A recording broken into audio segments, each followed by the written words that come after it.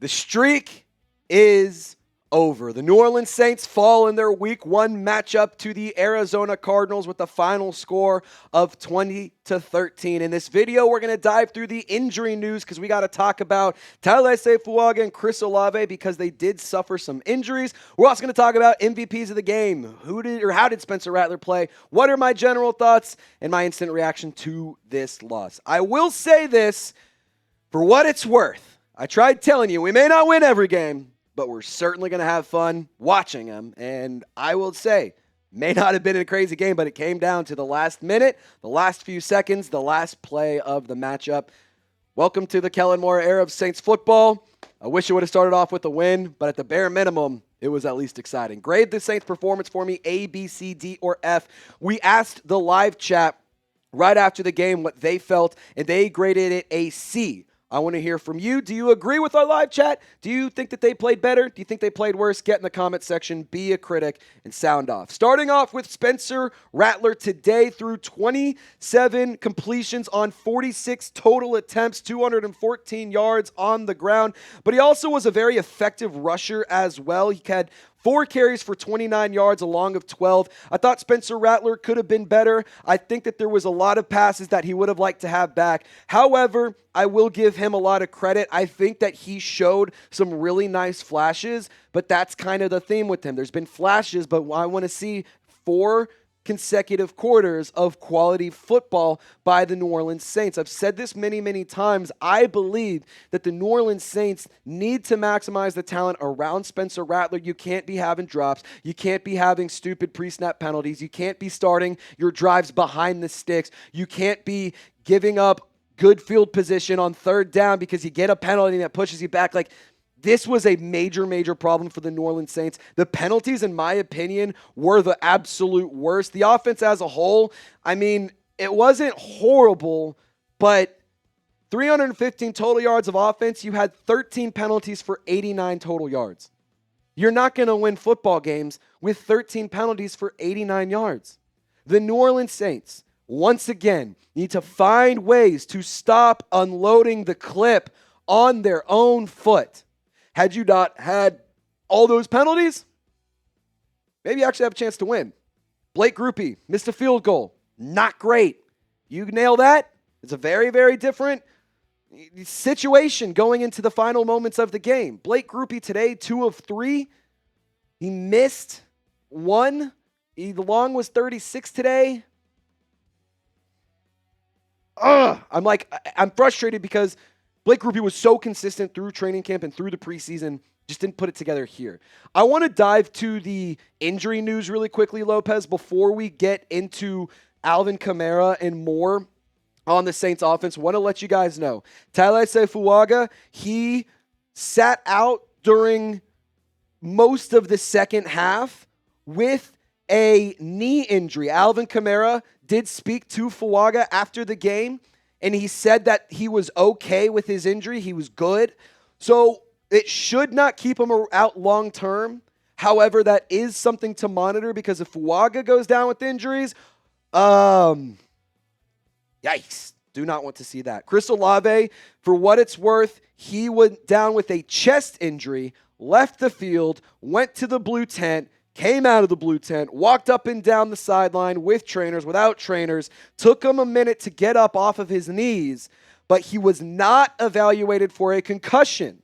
He was ruled questionable to return with a chest injury. Ultimately, he did return towards the end of the game, but he brought himself out on a couple different snaps. So it doesn't seem like he is at 100% health right now. That is why you subscribe. That's why you turn on your notifications, because if there's any notable information around Fuaga or Olave, we're going to keep you guys informed here on Saints Now by Chat Sports. I also want to take a moment to address something that's very, very obvious. The New Orleans Saints are absolutely allergic to stopping 3rd and longs.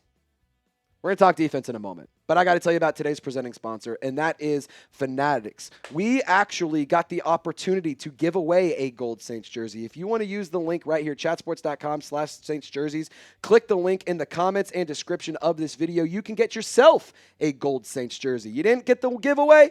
That's totally fine. We have some in stock for you. You can get AK, who found the end zone today. Absolutely great to see that happen. I got my 12 Olave, chatsports.com/Saints jerseys. I'm making the link clickable in the comments and description, so go check it out. I'm telling you right now, this season may not be perfect, but these jerseys, they certainly are. They will sell out quick, so do not waste any time. Get yourself one today. Cam Jordan, he's been vouching for these jerseys. I got my girlfriend one, so I encourage you to get one for you, a significant other, a loved one, a friend, a family member. Get the perfect gift. Get the perfect piece of merch. Chatsports.com/Saints jerseys. Link is clickable in the comments and description. Want to talk about AK? Alvin Kamara today was responsible for 45 yards on the ground, including an 18-yard touchdown run, displayed some really nice contact balance, really nice elusiveness, did a great job controlling his body, contorting it in order to avoid tackles, staying in bounds. Was really impressed with him overall. He also contributed 12 yards in the air, 2 targets, 2 catches. I thought for Alvin Kamara, he was heavily utilized. That's what Kellen Moore said they were going to do, so I'm not surprised that happened, but I do think that you could get better usage out of Alvin Kamara. I mean, 4.1 yards per carry is not horrible, but to be totally honest, would have liked to see a little bit more from him. But going back to Kendre Miller, I thought he was pretty okay today. Like, I don't think that he was bad. Devin Neal, 2 carries, 9 yards, long of 5. Like, it was nice to see him get involved. Juwan Johnson, 8 catches, 76 yards. Man, I'm telling you right now, had he caught that pass in the end zone with 2 seconds remaining, oh my God, this game could have been an all-time classic for the New Orleans Saints in Week 1. I mean, it literally went right through his hands as he goes down. He catches it, kind of bobbles, gets control, goes down, hits the ground, ball gets jarred loose. It was so unfortunate. Spencer Rattler put it on the money. It was a perfect throw and perfect spot for Johnson.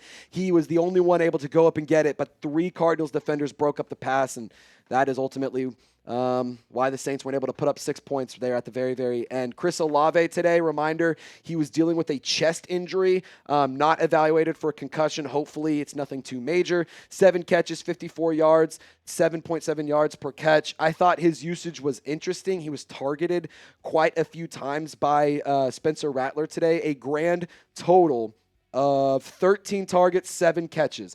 I like that the opportunities were there for Chris Olave. I want to see better production now. I also want to see him get back to being healthy, because right now it doesn't seem like he's at 100%. Fingers crossed it's something minor, though. Rashid Shaheed did not get nearly involved enough.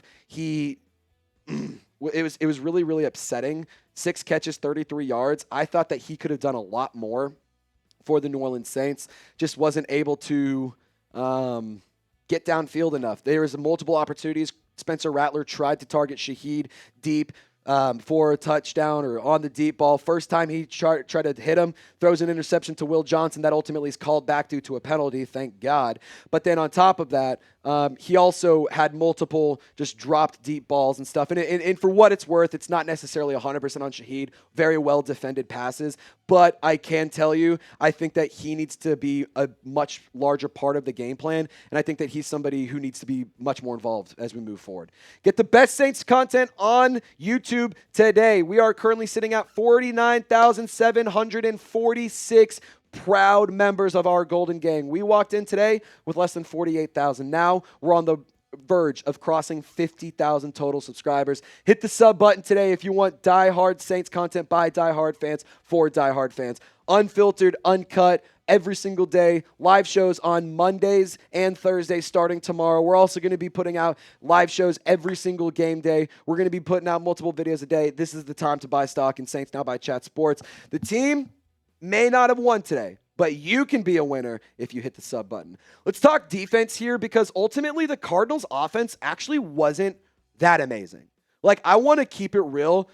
The big problem for the Saints defense was stopping the third downs. That was an area that the New Orleans Saints struggled in mightily.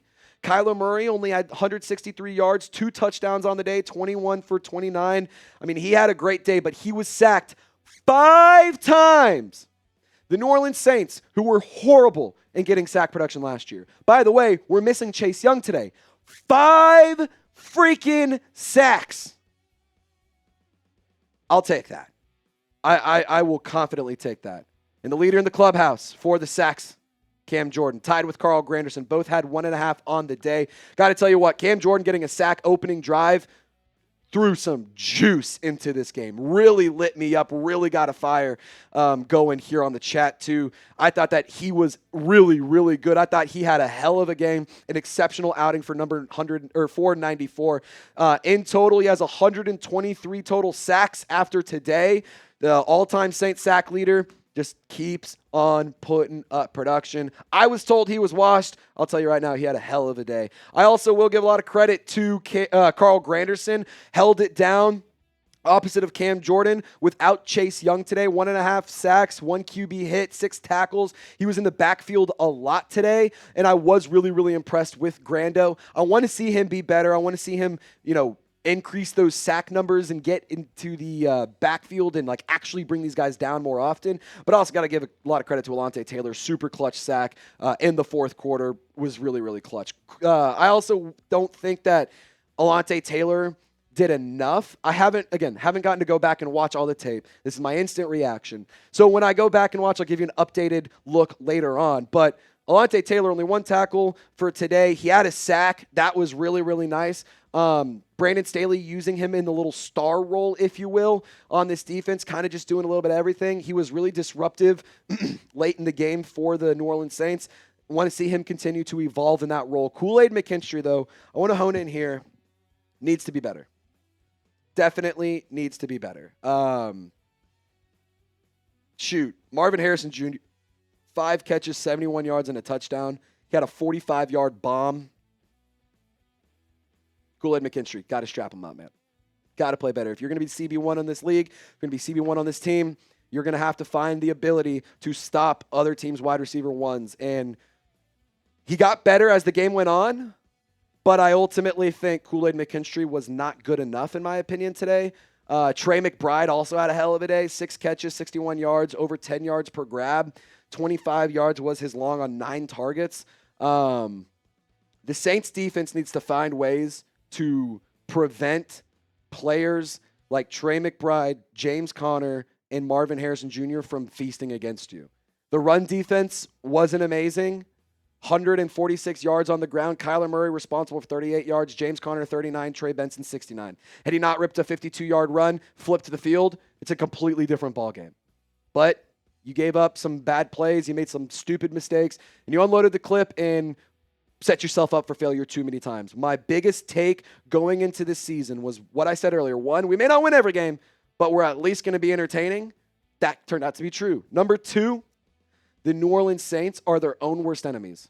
You cannot rely on the refs to bail you out in situations. You cannot give other teams the opportunity to kick you while you're down. The defense did a great job late in the game, bending but not breaking. The offense did not ultimately do their job. So, at the end of the day, the New Orleans Saints fall short, 20-13, but I got to say, it wasn't all miserable. I'm not leaving this watch party pissed. I'm not leaving this game day upset. I'm leaving a little annoyed, but I am eager for week 2 because I think that the win could come very, very soon. Who was your MVP of the day? I'm going to give mine to Cam Jordan. Why did I say that? Why did I even say that? Giving it to Cam Jordan. Number 94. Levels to this shit, man. There's levels to it, and he was the MVP of the watch party. Appreciate you guys for tuning in to today's show. We had over 90,000 people tune into the watch party. I can't tell you how amazing that is and how thankful I am for the support from you at home. So Who Dat Nation, thank you so much for rocking and rolling with us during our watch party live for over 5 hours. We still got content coming at you later on, and I hope to see you guys around. Y'all stay golden, and we'll see you next time.